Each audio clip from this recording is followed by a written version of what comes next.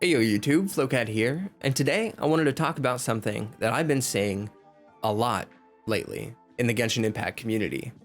And that thing is the idea that new 4 stars and even new 5 stars are skippable, niche, and kinda like useless, like they aren't really gonna fit into the game very well.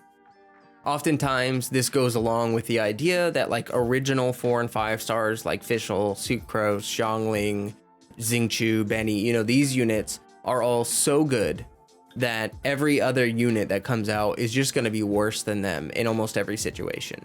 Now, first off, I do want to say that like the units that I mentioned, Benny and all the others, they are very good units. They're very strong. And I think that that is kind of intentional by the developers. I know a lot of people tend to say that this was like some huge fluke that they gave us these strong characters, but these strong characters serve as a foundation for the game. A lot of these units are pivotal for free-to-plays, light spenders, and others, and allow them to have accounts that can keep up with people that like whale and stuff like that. Not only that, but since these units have been out for longer than other units, people are more likely to have them at a higher constellation. They also rotate in the shop for people that are unlucky with 4-star gacha. And there are lots of events where Hoyoverse will give out like a free Fischl or something like that. So while I agree that these units are particularly strong and they're very good at what they do, I will argue that they don't do everything. I've argued in a previous video that Hoyoverse wants to desperately avoid power creep because power creep would invalidate strong units like Xiangling and the others if other units came out that were just inherently better than them. And this is sort of just a continuation of that topic. I mean, they want to avoid power creep, so what can they do? Realistically, all Hoyoverse can do is make characters that do things that like Xiangling can't do. And now you may argue like, okay, but this makes that unit incredibly niche or skippable. And I would agree. I don't think it's important that every single character that comes out in Genshin Impact is like a huge deal or a must pull for every single person. Let's use Nilu as an example here because I think it's really helpful to like put it on a specific character and talk about it that way. She's gonna come out soon, and I already know that one of the biggest complaints about her is going to be how niche she is. You see, they talked about her in the live stream, and she's supposed to work well with Dendro and Hydro units, but you're probably going to want a full team of Dendro and Hydro, which is going to be kind of tough. We don't have a lot of Dendro units right now. And so when she comes out, there's probably only going to be like 1 or 2 teams that she works really well with. And outside of that, people are gonna say, oh, Xingqiu is better, Yelan is better, these other characters are just better than her. And I agree that she may not be better in like a taser team than some other units. I will argue that she's going to have this incredibly specific role, and that's a good thing. Why is this a good thing?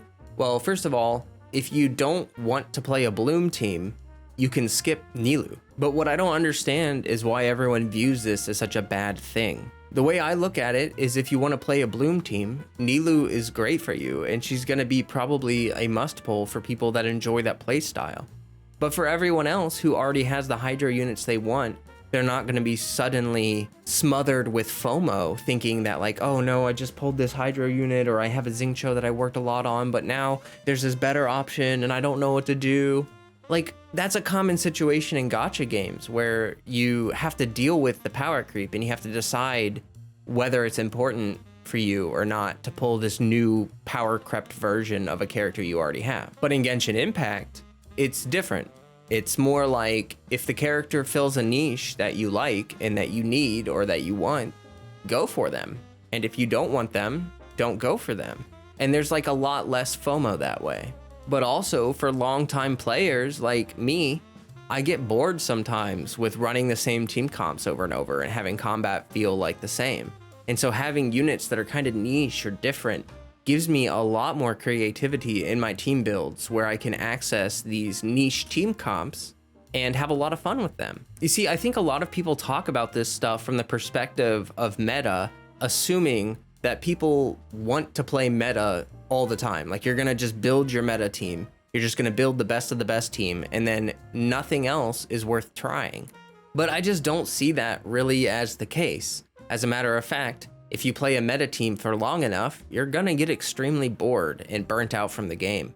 And I think one of the best ways to re-engage with Genshin Impact is to try out some new units, mess around with different teams. A lot of people have units that they've never even touched, and that could add a lot of gameplay potential for them. Like, for me personally, I'm gonna skip Nilu. I'm not gonna pull her because I don't really have a big interest in Bloom teams, and I have other characters that are a higher priority for me in terms of pulling. But that doesn't mean that I'll never get her or that I'll never want a Bloom team.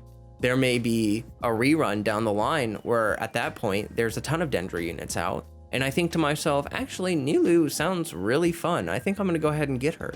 So yeah, I think pretty much the whole point of this video is just to argue that a unit being niche or skippable isn't inherently a bad thing.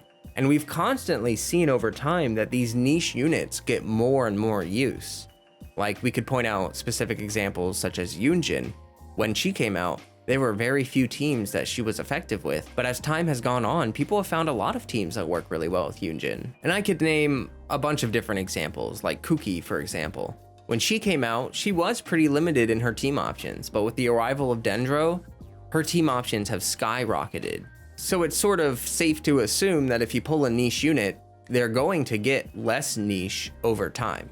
That's just sort of how Hoyoverse tends to work. They like to build out the niches in the game because, like I mentioned before, it adds a variety of playstyles. It adds more for players to experiment and enjoy with in their game. And the more playstyles that they bring into the game, the more kinds of players will be interested in the game. An easy way for someone to quit Genshin Impact is for them to not have a team or a character that they just really enjoy using. But yeah, I could ramble about this for a long time. It just kind of bothers me that when people see that a character fills a specific niche, they immediately think, oh, that sucks.